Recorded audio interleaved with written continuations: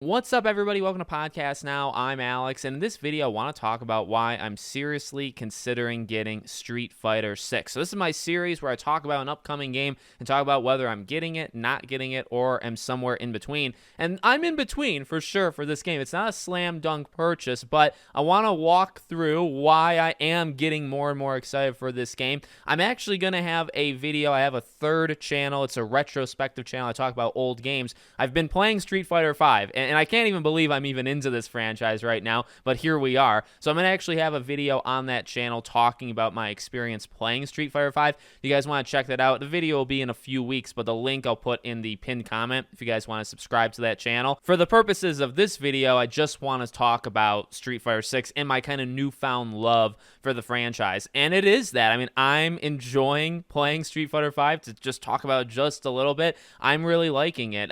Granted, I'm playing like the best version of it, right? Not when it first launched. So for Street Fighter 6, I mean, I have to give this thing a look now. So my plan, I mean, to walk you through the plan, right? It's June 2nd is the release. So we're only 3 weeks away at this point. We're running out of time for me to make a decision on it. But the demo obviously has been out for a long time. I haven't played it yet. So even at the time I'm recording this, I'm going to play the demo, but I'm also going to play that open beta that comes out next weekend, at least from when I'm recording this. And I'm probably going to play them almost back to back and then see how I feel. I've watched some videos on 6. Now, I watched all the trailers and stuff as 6 was being announced. And, I have a friend of mine, Sway, who's super into Street Fighter. So, I know about it to an extent, but I haven't paid too much attention to the more nitty gritty things as time has gone on. Now I'm starting to. Now when I watch these trailers, I'm starting to look at like the aspects of the game, see what's improved, see what's changed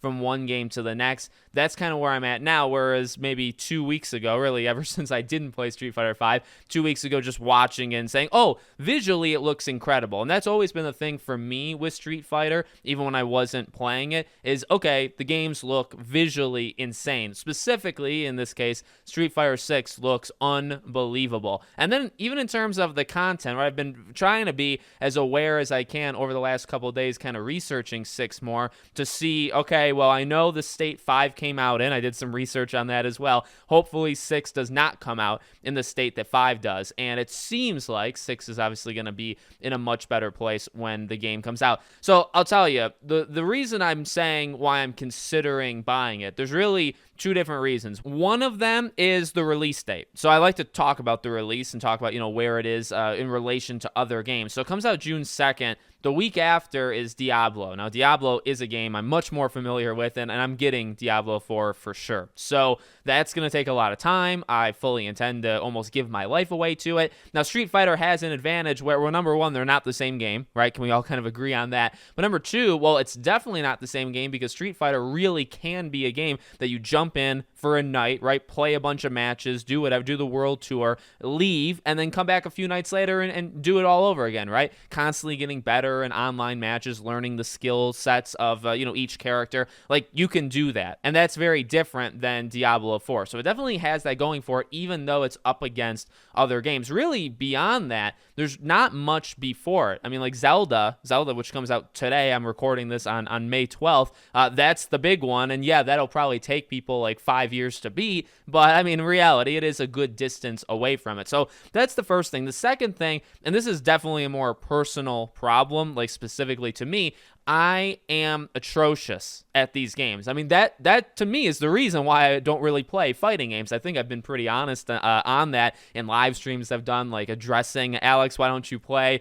the Tekkens and Street Fighters? I'm god awful. Mortal Kombat, I think I can get by. I think Mortal Kombat's maybe like the easiest of the group, at least to me. Like, I can figure it out. Street Fighter, in my time playing it over the last week, I've been about as bad as you can possibly imagine. I've maybe won like 4 matches online. Now, I guess I've won like, you can win 1 and the other person can win 2 and you'll still lose, right? Maybe I've won like 10 to 15 times like in total. So like it's really bad. I lose so much. But I think aesthetically, like, again, it looks really, really nice. I enjoyed the story mode, by the way, for Street Fighter 5. I don't think 6 has that, right? But it does have the world tour. But 6, from what I've been told, maybe a little bit more kind of user-friendly, getting me up to speed on how to play, at least in the tutorial section. So I'm hoping that if I jump in day one, then I'm going to understand it more. I'm going to like naturally become a better player, because I think jumping into 5 obviously now, and I just don't think it does the greatest job at teaching you, in my personal opinion. And so the reason I bring that up here is, do I want to pay, you know, a full price game, throw the money out there to largely lose, like over and over and over? And yeah, I mean, it's not about winning or losing, it's about having fun. But if you lose like 95% of the matches that you play and you get destroyed,